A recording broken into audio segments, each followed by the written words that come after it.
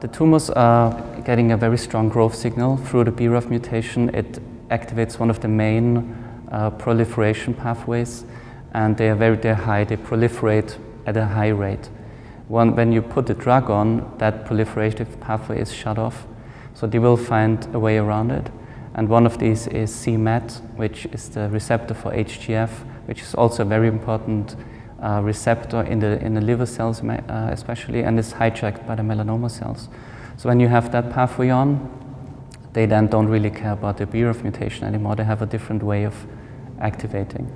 And we found that in that patient, before the patient received the BRAF inhibitor, there were already some cells that had high expression of that receptor c-Met, but only a few of them.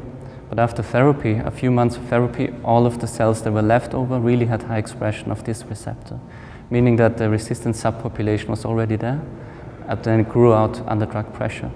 And we were now able to use an inhibitor of c-Met, and we combined it with the inhibitor of BRAF that the patient received, and thereby blocked both pathways.